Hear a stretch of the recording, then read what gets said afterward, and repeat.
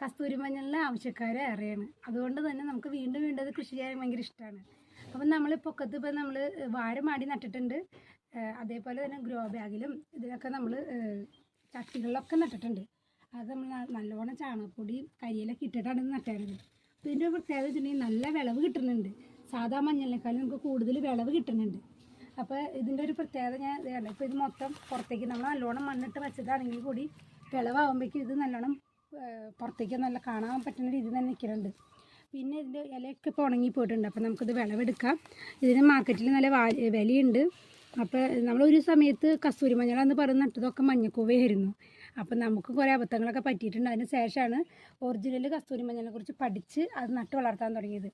അപ്പം ഞാൻ ഉണക്കി പൊടിച്ചൊന്നും കൊടുക്കാറില്ല, അല്ലാതെ പച്ച തന്നെ നമ്മൾക്ക് നല്ല സെയിലായി പോകുന്നുണ്ട് ഇവിടെ. അപ്പോൾ ഇതിൻ്റെ വിളവെടുപ്പ് നിങ്ങളെ കാണിച്ചു തരാം. അത്യാവശ്യം നല്ലോണം തന്നെ അതിനകത്തുണ്ട്. ഇതിലും വലിപ്പമുണ്ട് നമ്മൾ പറമ്പിൽ നട്ടേക്കണത്. നമുക്ക് ഈ ഗ്രോ ബാഗ് നല്ല ഒരു ഇതാട്ടോ, ചാക്കിൻ്റെയാണ്. അപ്പോൾ നമുക്ക് കീറിക്കളയാനൊന്നും പറ്റത്തില്ല. നമുക്കിനി അടുത്ത വർഷം വീണ്ടും കൃഷി ചെയ്യാനുള്ളൂ. അപ്പോൾ അതനുസരിച്ചിട്ട് ഇതിന് ഡാമേജ് പറ്റാതെ വേണം നമ്മുടെ വിളവെടുപ്പ് നടത്താൻ. നമുക്കത് നല്ല സൂക്ഷിച്ച് എടുക്കാം.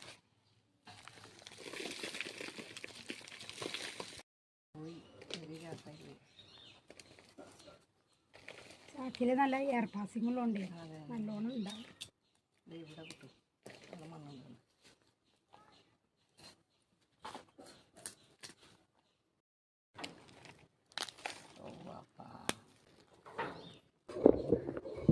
നല്ല ക്രീം കളറായിരിക്കും, അതേപോലെ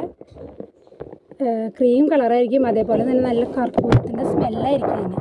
അതാണ് കസ്തൂരി മഞ്ഞളുടെ ഒരു പ്രത്യേകത തന്നെ. അപ്പോൾ ഇത് മുഖത്ത് അരച്ചിട്ട് ഭയങ്കര തണുപ്പായിരിക്കും കേട്ടോ. അപ്പോൾ നമുക്ക് ബാക്കി കൂടി വിളവെടുക്കാം.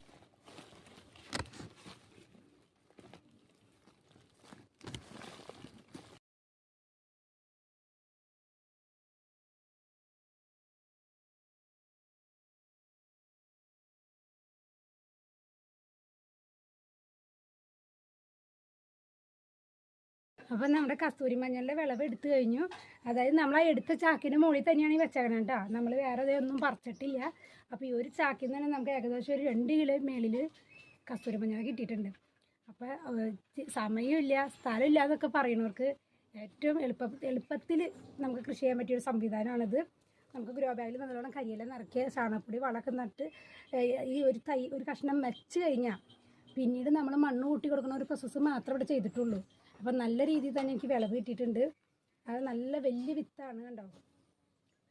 അപ്പോൾ എല്ലാവരും ട്രൈ ചെയ്യുക.